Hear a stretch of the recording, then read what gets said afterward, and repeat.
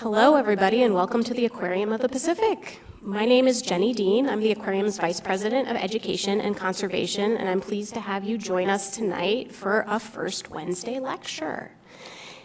Yeah, there you go. If it's your first time here, I have some information for you. And if it's your fifth time here, you can tune out for the next few seconds. The format of our event is a presentation from a very distinguished expert. They'll present for about 30 to 40 minutes, and then allow for opportunity for Q&A from you, the audience, afterwards. We are joined online by some guests through our YouTube channel.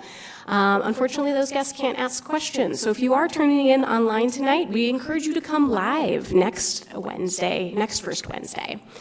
After the event, we have an opportunity where you can meet the speaker or your fellow audience members. So there's a reception that will exist at both levels of the aquarium. So down here on the ground floor, there will be a cash bar available, and then and crafts where you can create something, an original work of art for yourself or a friend. And we also have the upstairs recently renovated frog and amphibian gallery available for your viewing. It is important in this seated portion of the evening to turn off or silence your cell phones, because we want to make sure we have our full attention here up on our speaker. So please take an opportunity to do that now. Tonight's presentation is brought to you by some generous sponsors. You can see them up on the screen. We have the Courtyard by Marriott, Long Beach Downtown. We have the Osborne and Rourke Charitable Trust, and Stephen and Brenda Olson are generous supporters of this lecture series. Now, the real reason you're here is not because of me or these supporters. You're here to see our speaker. So tonight, it's my pleasure to introduce one of my very good friends, Shannon Cosentino-Roush. Shannon is an international ocean policy expert. She has worked around the world, and I don't just mean that by saying she worked in DC and did little forays in other parts of the world. She's actually lived in those other parts of the world. Primarily, her portfolio has focused around fisheries and seafood-related topics, but she's done a whole wide range of things beyond that. Some places that she's worked that you might be familiar with are the United Nations Food and Agriculture Organization and the National Oceanographic and Atmospheric Administration here in the United States. Her most recent employment location is one of the focuses of the talk tonight is with Finless Foods. She was the Chief Strategy Officer. This is an organization which you'll learn more about, but it was in the field of cellular seafood or cellular aquaculture. Shannon is very well educated. She has a Bachelor's of Science from Santa Clara and a Juris Doctorate as well as Master's degree from Vermont Law School. So without further ado, please give a nice welcome to Shannon with a round of applause.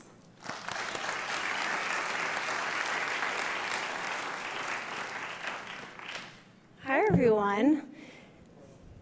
And I'm like, wave. It's an evening, and I so appreciate you guys sharing your time with me. And I know this is maybe not the lightest topic, but I'm going to do my best to make it fun, or at least approachable.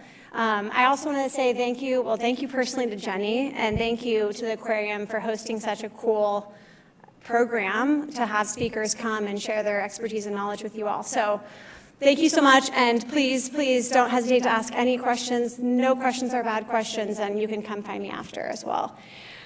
All right, so today we're going to talk about innovating the future of seafood, and it's okay if you don't know what I mean by that, because I'm going to walk you through it. This is me. I think I just want to tell a little story to start. Funny enough, I grew up in the Bay Area, so I've traveled around the world, but my home is the Bay, and I was very blessed to grow up going to the Monterey Bay Aquarium, so an institution very much like this, and it taught me a lot about the ocean, a lot about fisheries, and my father is also a tuna fisheries nerd. I don't know that there are many of those. He's probably watching. And so I grew up at a very young age inspired by international fisheries and how do we govern our resources, how do we decide sort of what the rules are. And it's kind of led me around the world, like Jenny said. I've kind of worn the government hat, I've worn the nonprofit hat, I've worn the ocean tech startup leadership hat, and I'm excited to try and synthesize some of my my learnings for you today and hopefully inspire you as well. So I always like to start with a grounding context slide, like where are we, what's the, I don't want to say the problem statement, but I'm sure as many of you have heard, we are in an interesting time with global fisheries. I'm going to try and use my pointer. So basically you'll see here, can you still hear me guys? Basically you'll see here that this is the total production of fisheries or seafood, and this here is the line of wild capture seafood. This line is the line of aquaculture production. And this is actually from the latest report coming out of the UN, FAO. It comes out periodically, and this was pretty fresh off the press, I think not even a few months ago. And it was quite seminal in that this is the first time since they've been putting this report out that we have surpassed wild capture fisheries production with aquaculture. So we're seeing a change in how we're producing our seafood.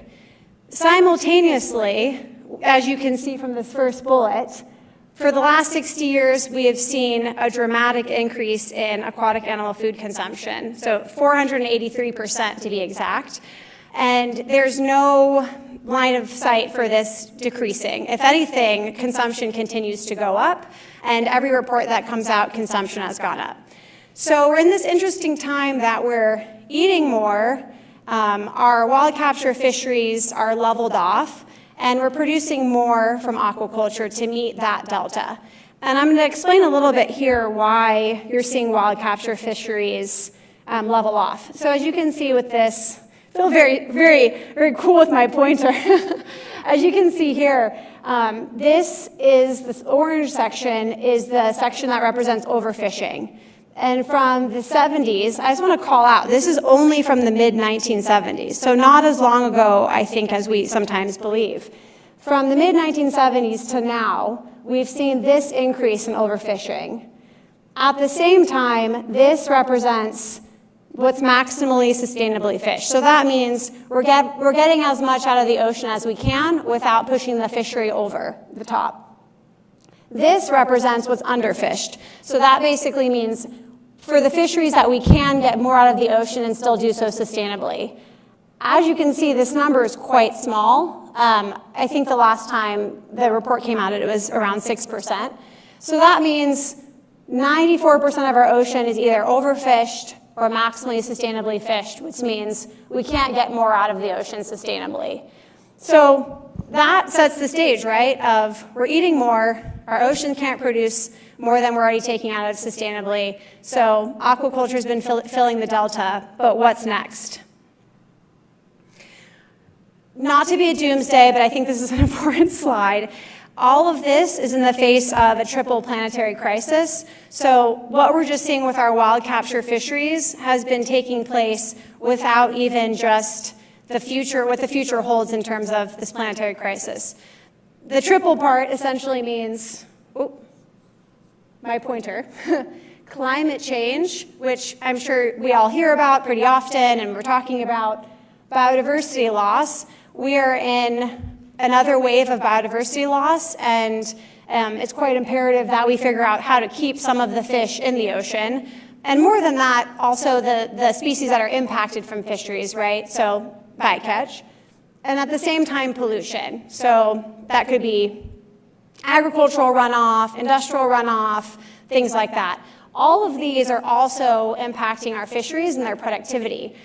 And so we're basically already seeing a world where wild capture fisheries are leveling off, and we're still arguably at the beginning stages of our triple planetary crisis. Okay, I know that feels quite heavy.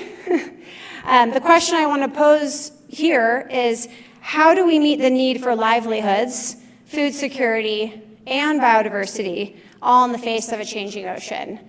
I really want to call out livelihoods as well, right? Because there are numerous sounds too small. There are billions of people on the planet that rely on fisheries for their livelihoods, whether that's their first order, where they're catching fish or processing fish. And so we need to also think about what that means for those folks.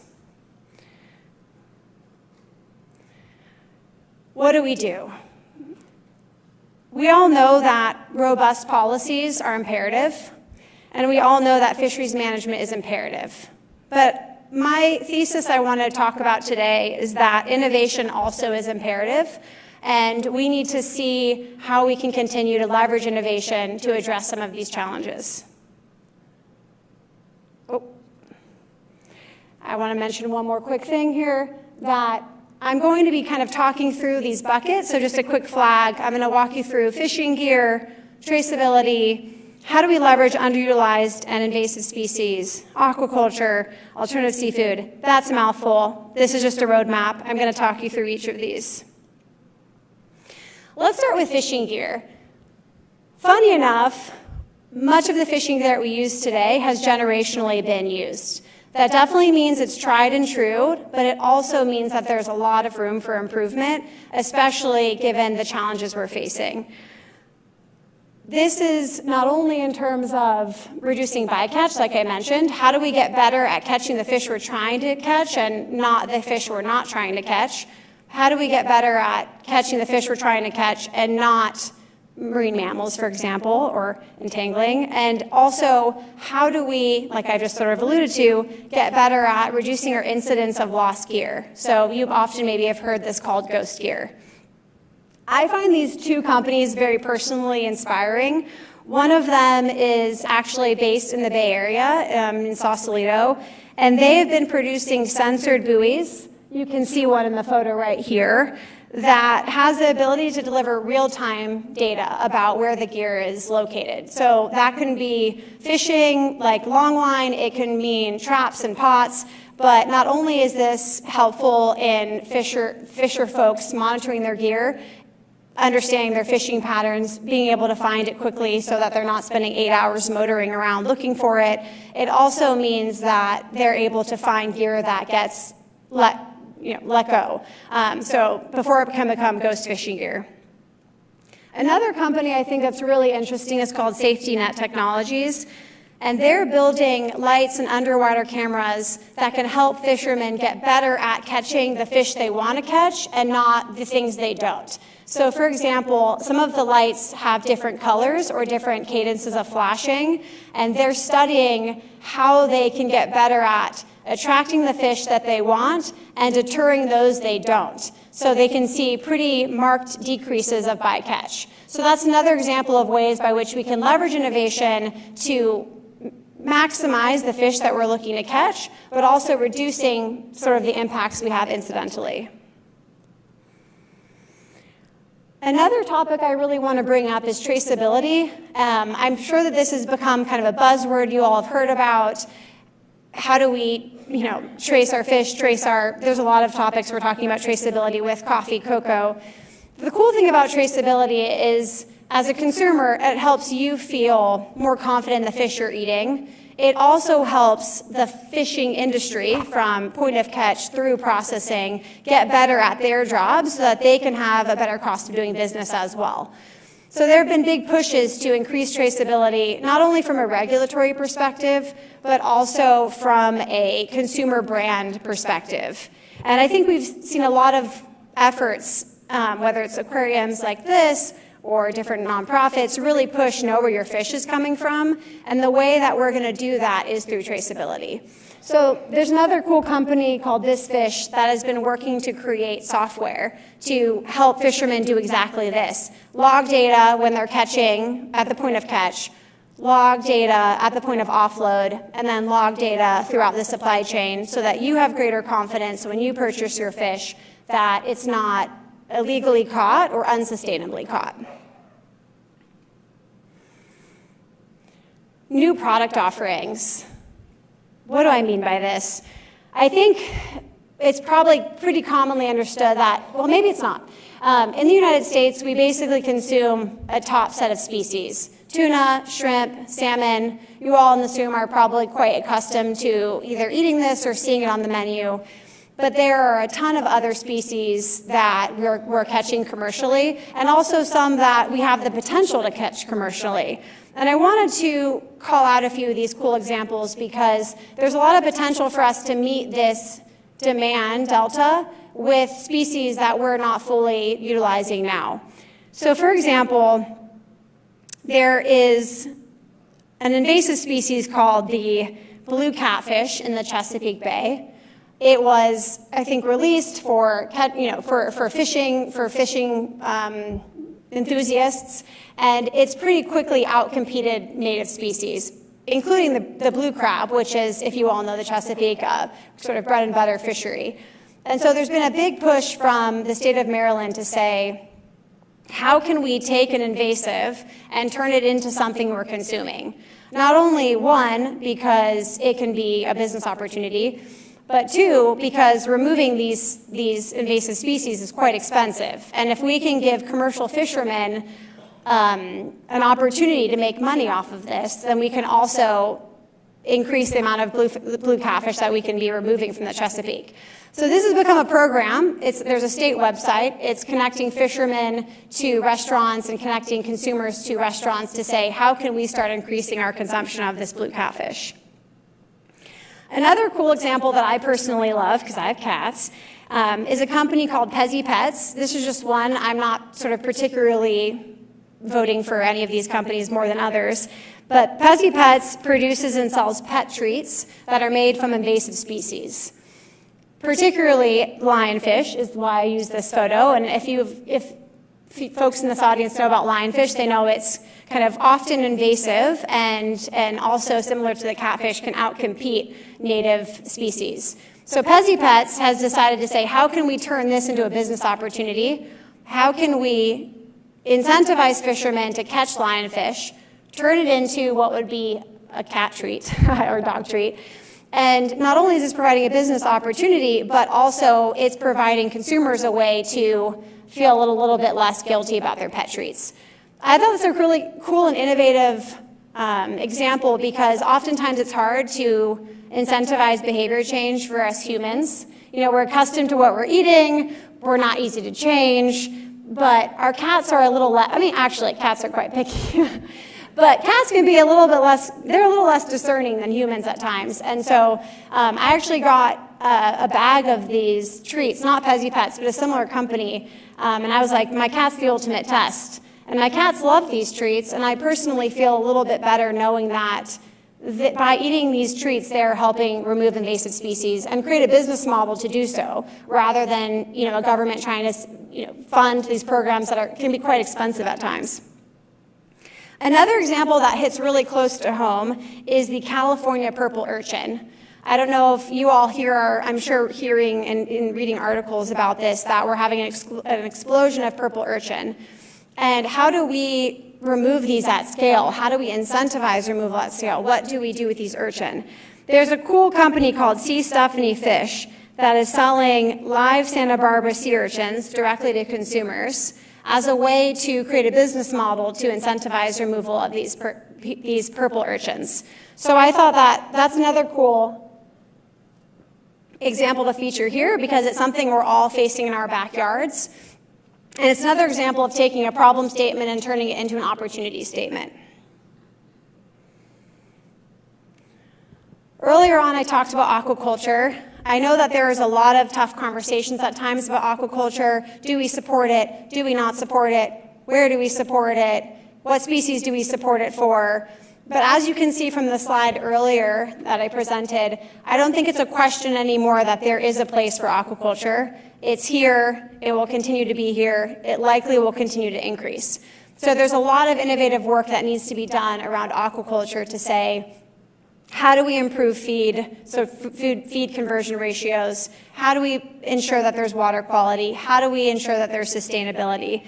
And there are some cool companies popping up around this as well. One of them, eFishery, is based in Indonesia. I think it became the first seafood company that became a unicorn, for those of you who follow sort of tech startup lingo, which means it was worth $1 billion. And they work directly with farmers in Indonesia to, one, they have these devices that improve feed operations, so really optimizing how much the fish need to eat at a given time so there's less waste and also less underfeeding. And also, how do they provide a marketplace for farmers to access feed, sell their fish, access fry, etc., all in a country that has a lot of smallholders, which means it's oftentimes hard to access these marketplaces, hard to access these technologies, and also, most importantly, hard to access financing. So there's another example of how we've leveraged innovation to address some of these challenges. Alternative seafood. I can't really see you because it's so bright here, but how many of you have heard of alternative seafood? Show of hands. Oh, okay, awesome, a pretty good, and I did see you, that's just great for me. A pretty good show of hands. So basically, the concept of alternative seafood is to say, can we produce alternatives to the conventional seafood we're eating all the time that can be done so sustainably? There are different categories of alternative seafood. I've listed 3 here. There are arguably 3 main categories: plant-based, cell-cultured, and I've added up kelp-based because it's becoming a really, really hot topic. So the first one, plant-based, is what it sounds like. These are alternative products that are 100% plants. So if you're a vegan, vegan-friendly. If you're a flexitarian, flexitarian-friendly. And the idea is to say, can we leverage plants to mimic the conventional seafood we're eating? I've called out a company here just because I'm liking trying to give examples for you all. The plant-based seafood company makes something called mind-blown crab cakes.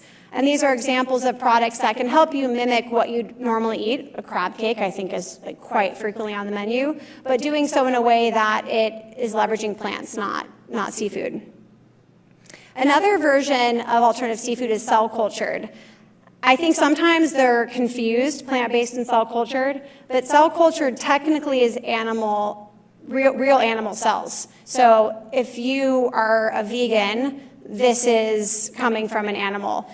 The basic concept is you're taking cells, like a cell sample from a wild-caught species, so in Finless's case, tuna.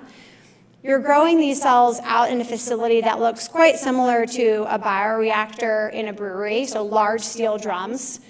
And you're feeding them the basic components that any of us eat for growth: salt, sugars, amino acids for day-to-day function.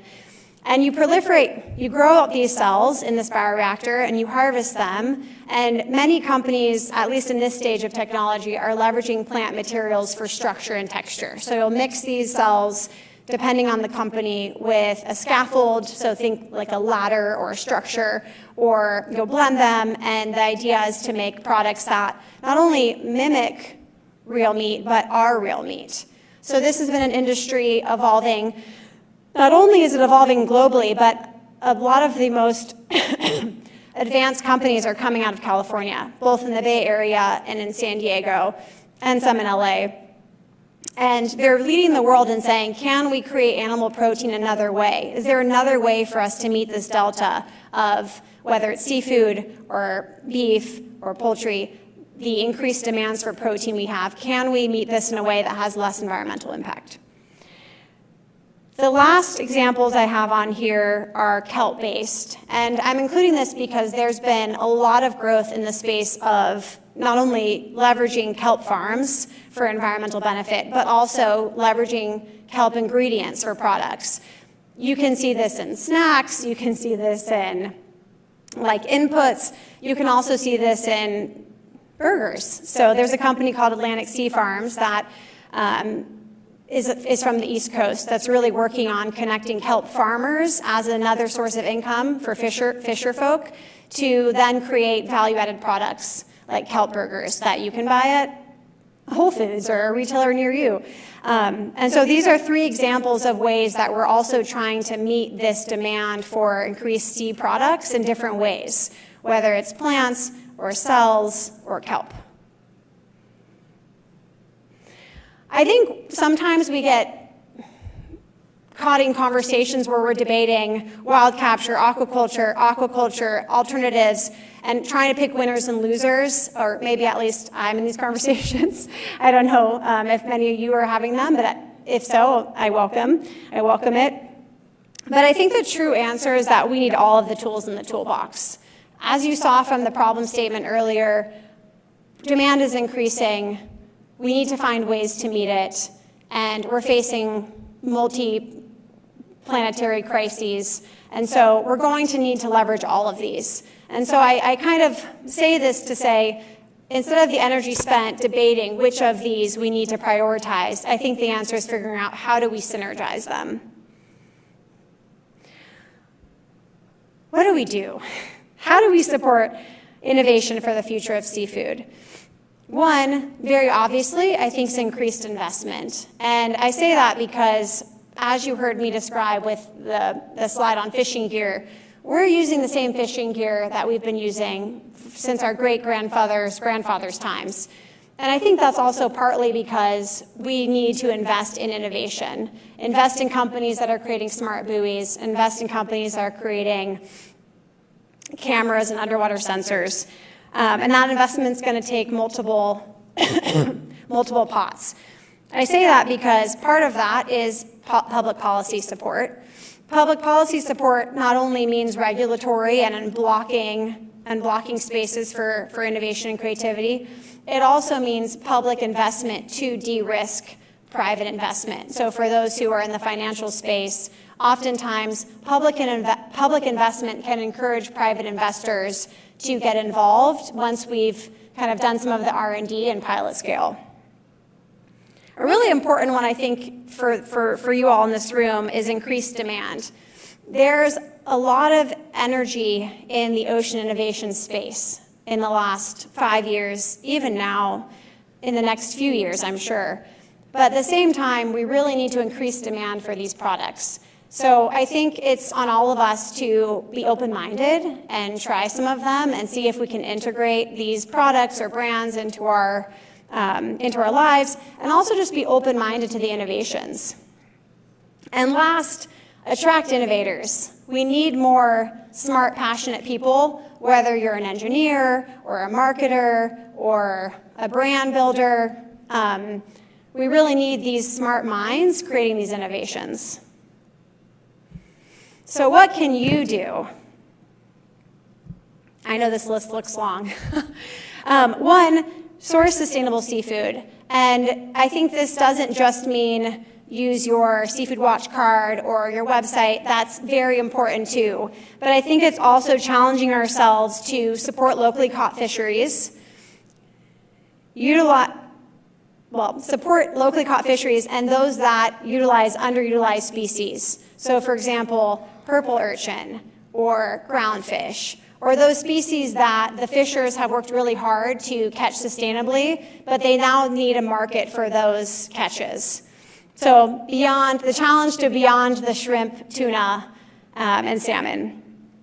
And also try invasive species, maybe for your pets. I think it's an easy step that we can take. Another important one, though often said, is to support nonprofit organizations. So, for example, the Aquarium, we're here today. I read their website on sustainable seafood today, and it was very on point.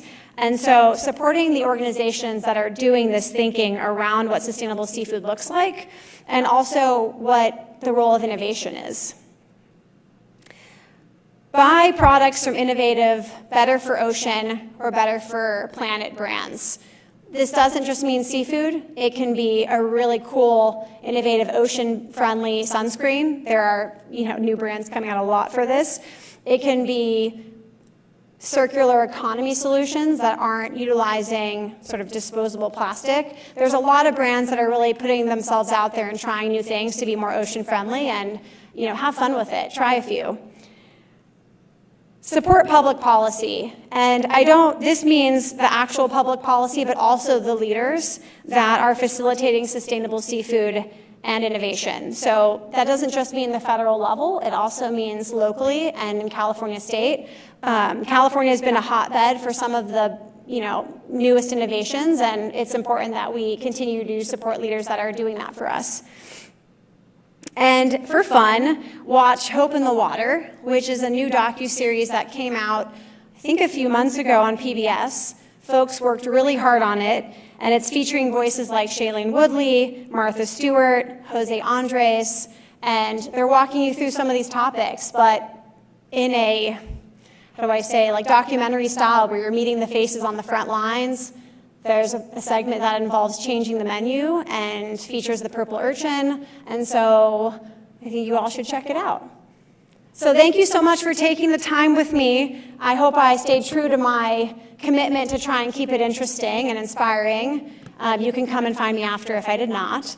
And I'm open for questions. Anything is on the table. There's no bad questions.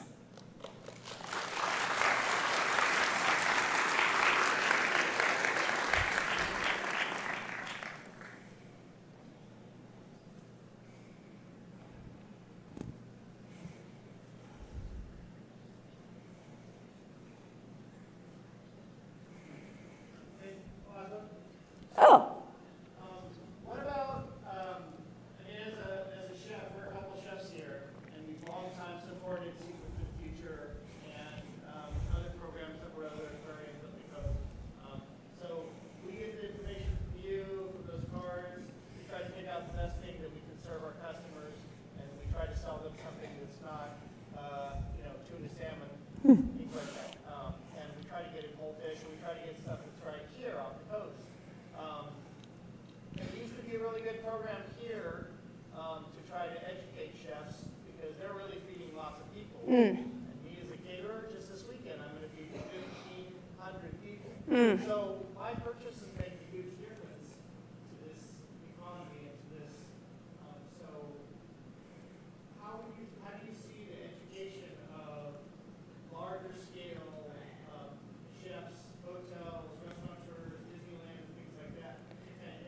Towards understanding the future of our ocean. Totally. I mean, one, thank you for being here.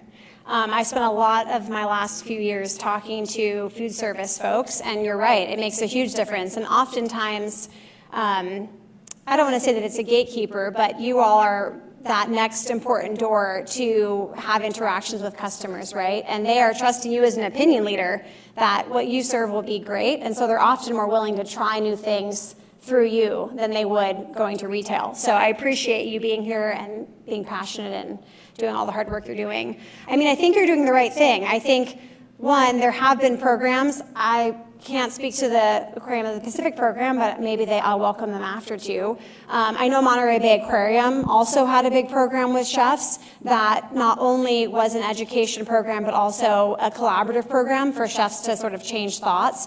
And I would say, check the websites, reach out. Often folks have so much info, they're so excited to give you, and they're almost waiting for you to say you're open to receiving it. There are a lot of really cool brands that are dying to dying to get into food service, specifically to the culinary world. And so they'll often have field reps or buttons that are sort of like, come talk to us. And I would encourage you having those meetings because a lot of brands are really excited. There's a group, for example, called Positively Groundfish, and they're really working hard to be that link between groundfish fishermen who have worked really hard to be sustainable and the culinary world to get folks more acclimated to eating dishes that involve that versus, to your point, the shrimp, salmons, et cetera. So most importantly, you're doing the right things. Those are really trusted sources. I would reach out because folks probably have much more information than you're getting on the website, and they're happy to help you. And I would continue to reach out to some of these brands or groups like Positive Groundfish or CSS because they are so excited to work with you, and oftentimes it's just that connection that's missing. They're also really good NGOs, and so I'm happy to kind of give you some tips after as well that are really working at that interface for sustainable seafood. Did I answer your question?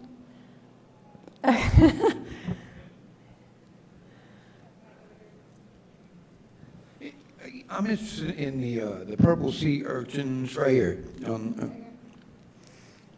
Oh, hi. Hi. And the lion, I think it's the lionfish, the invasive species. Yeah. How do we, and I say we as a general public, actually get more involved? I mean, those are so remote.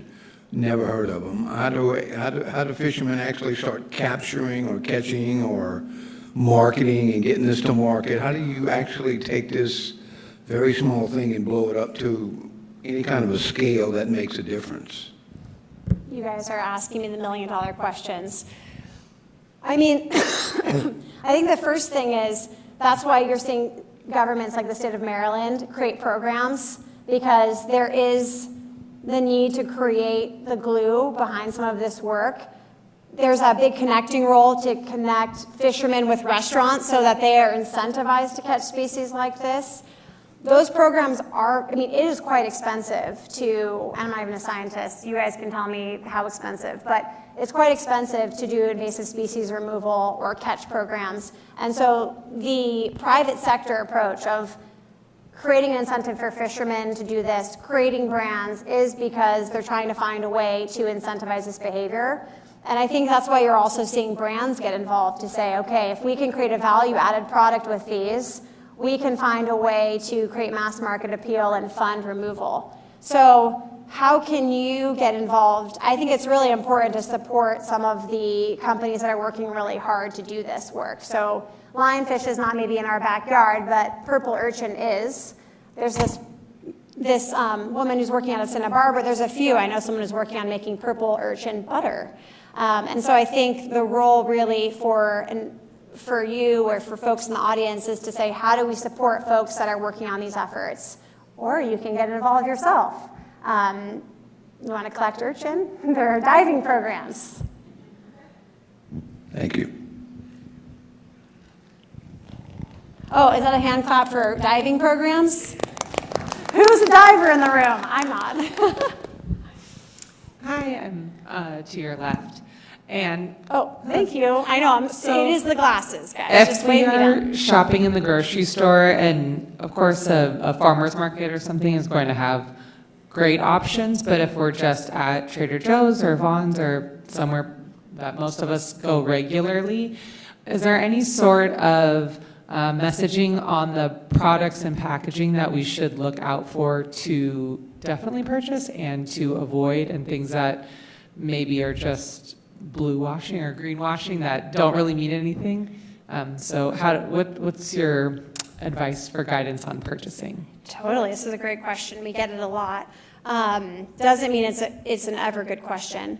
First, there are retailers. Sorry, I got my cough, guys. There are retailers that are doing a really good job with sourcing programs. So a super quick way is WholeFoods.com. I mean, I'm very serious. Like, go to the website, and they'll often kind of walk you through their commitments. And you can see which retailers have a commitment to buy, for example, 80% sustainable seafood from certification. So I think that's one way, just at the highest order level, to say, okay, is this retailer committed to it? And so by default, if I shop from some of their selection, they're doing the hard work for me. Another way is that, yes, there are certifications like MSC, Marine Stewardship Council. It's the little blue logo that you'll see. They also have an aquaculture version, ASC, for Aquaculture Stewardship Council. And you can see these logos on products or on the labels of if it's a glass case. And so that's another way to know that there's a certifying body that's evaluating the fishery. You also can use the sort of seafood watch type cards, or I think the Aquarium of the Pacific also has a similar program, and you can kind of vet and understand what categories are generally green, what's generally red. And once you kind of get a sense for that too, it's a pretty quick understanding of these species I need to be a little bit more careful about and be a little bit more thoughtful, and these species are good to go and I should support sustainable fisheries. Hello there, I'm right here in the middle. Hi. I'm very intrigued by the serving of invasive species. I think that's a very interesting question, though I am curious your thoughts on the idea of making invasive species sustainable. I worry we almost have a rat catcher problem where the rat catcher is paid for the rat tails he captures, so he breeds more rats. How do we stop people? We want to sell the purple urchins, but how do we make it not a constant source of income? Can you speak, do you see the problem? I totally do, and I'm thinking about if my answer is, I'm just thinking through my answer. I mean, I don't mean this to be flippant. My gut feeling of my answer is, I think we're a long ways away from that being the problem. Some of the invasive species like blue catfish, I think that they would be so excited if they got to that problem because it's become so troublesome and they're having such a hard time convincing commercial fishermen to take a risk when margins in fishing are often quite small. And so they're like, hey, can you catch this thing? You've not been catching. It's important. We hope people will eat it. And so there's already sort of a lift there. And many of these invasive species, they succeed. They're succeeding because they're competing based on different metrics that natives aren't able to. And so oftentimes the scale of the problem can be quite large. And so I think if we get to the problem where folks are thinking that there's a business model here, we're winning. But I think we have a ways to go. So I think my bigger concern is creating business models to incentivize this because it's such hard work and it's quite expensive. Hi, I'm up here.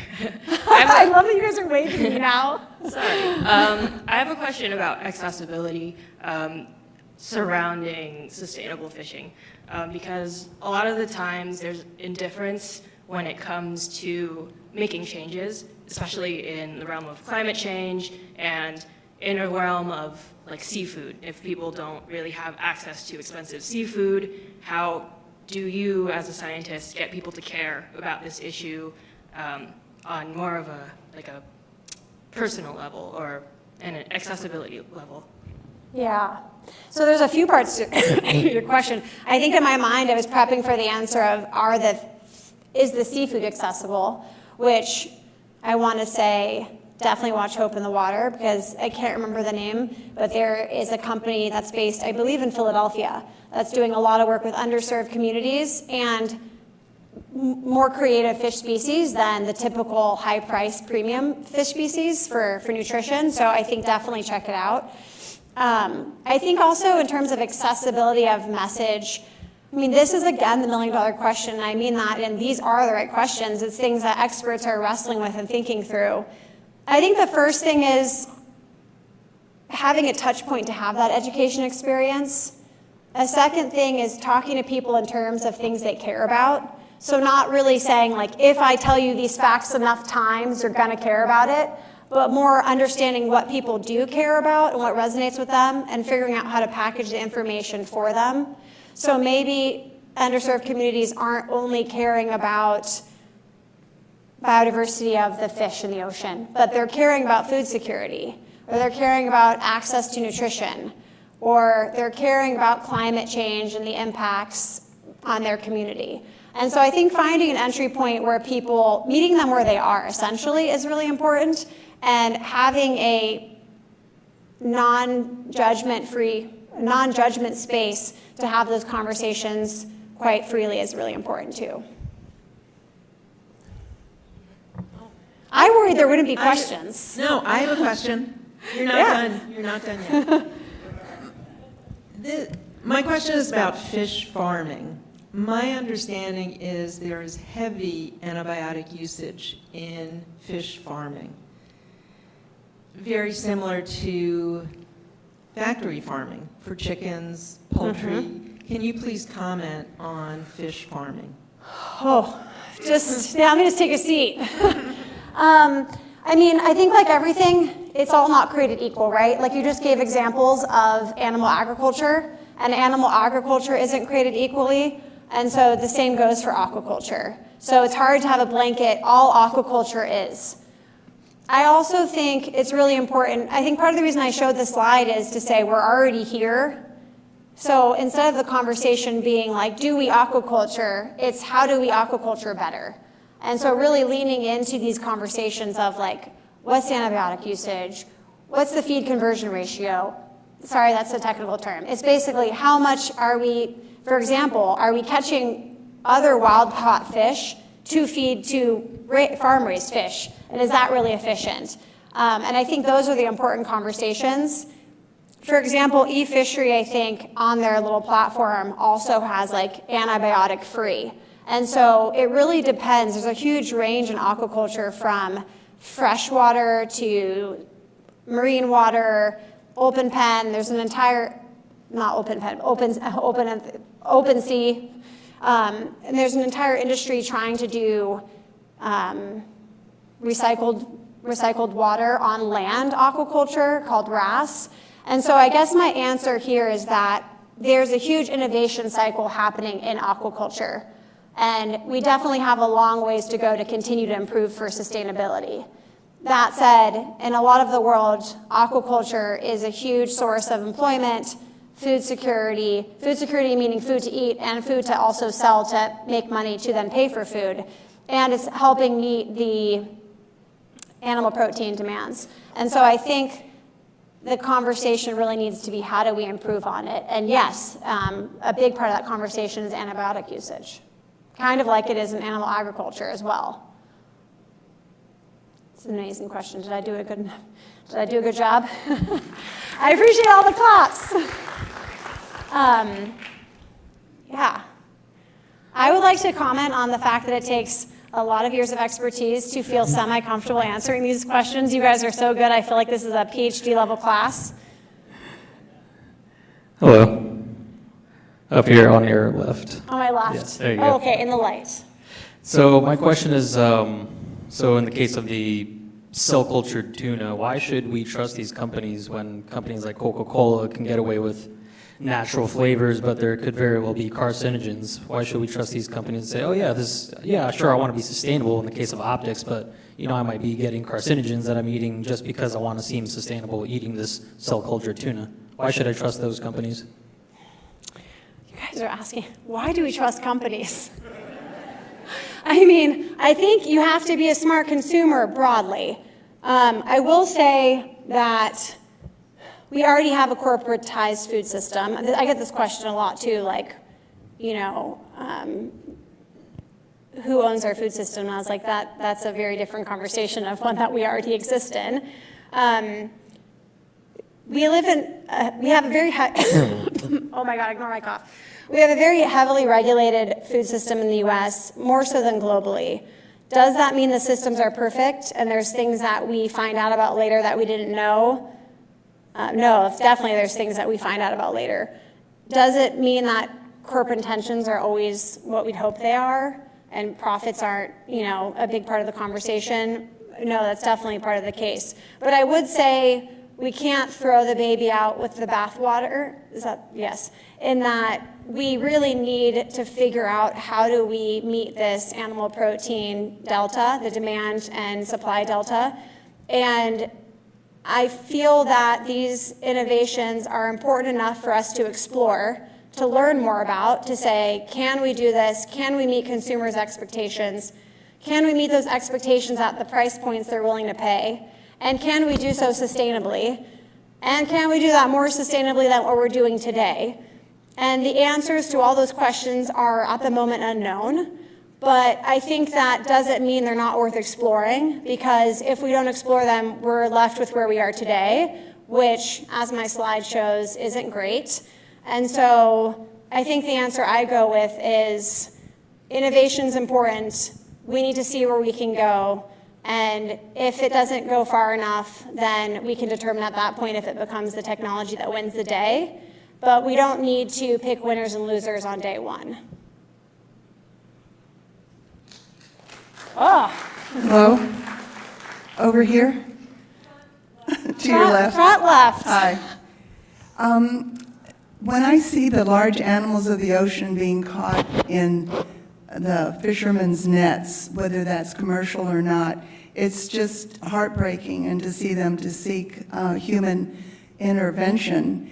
I've often wondered, isn't there a way that technology could earmark those nets so that they know to whom they belong, and therefore the people that discard them, whether intentionally or not, should be responsible in order to clean up the ocean from and get rid of those things?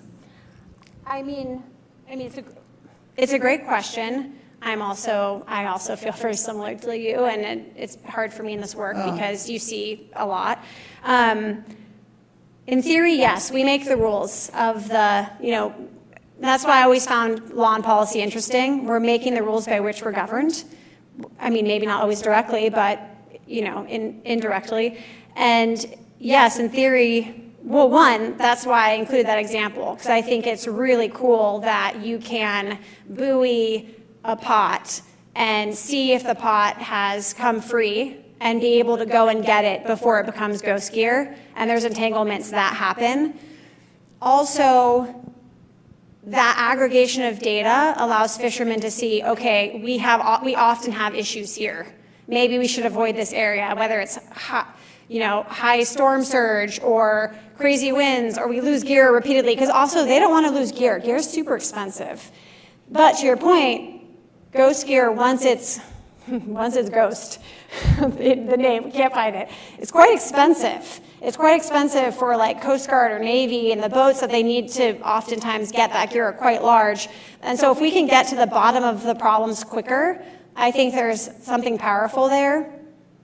Also, if we can reduce the amount of time they're driving for this gear, because sometimes they're driving for 6 to 8 hours. That's not great business for them either, right? They're burning fuel looking for their gear. If they can know where their gear is and 15-minute pings or every 8-hour pings, it's like a win-win. We all love the win-win. Now, could we make it a regulatory mandate that your gear is tagged, it has an identifying marker, when it's lost, you're responsible for finding that gear? Yeah, in theory, we could make the rules of the game. I think the first step is seeing that these technologies work and getting buy-in from fishermen that they are viable for their business, and then it unlocks a lot of potential. So for example, in highly troublesome not to say the fishermen are troublesome, but fisheries where there's a lot of gear interaction points, to your point, where there's entanglements, there may be decisions to say, okay, do we require marking of gear because it will help us get to the bottom of entanglements faster. And I think those are some of the conversations that are happening, and there are some cool pilots. So if you're interested, I'd also say like there are some really cool like case studies on some of these websites specifically around that. And so I think there's a world of potential. Thank you. Okay, I've been told no more questions. You guys did me proud, though. I was nervous I was going to get none, and I was like, I'm going to bore everybody. So you can come find me after. I very much appreciate you sharing your evening with me.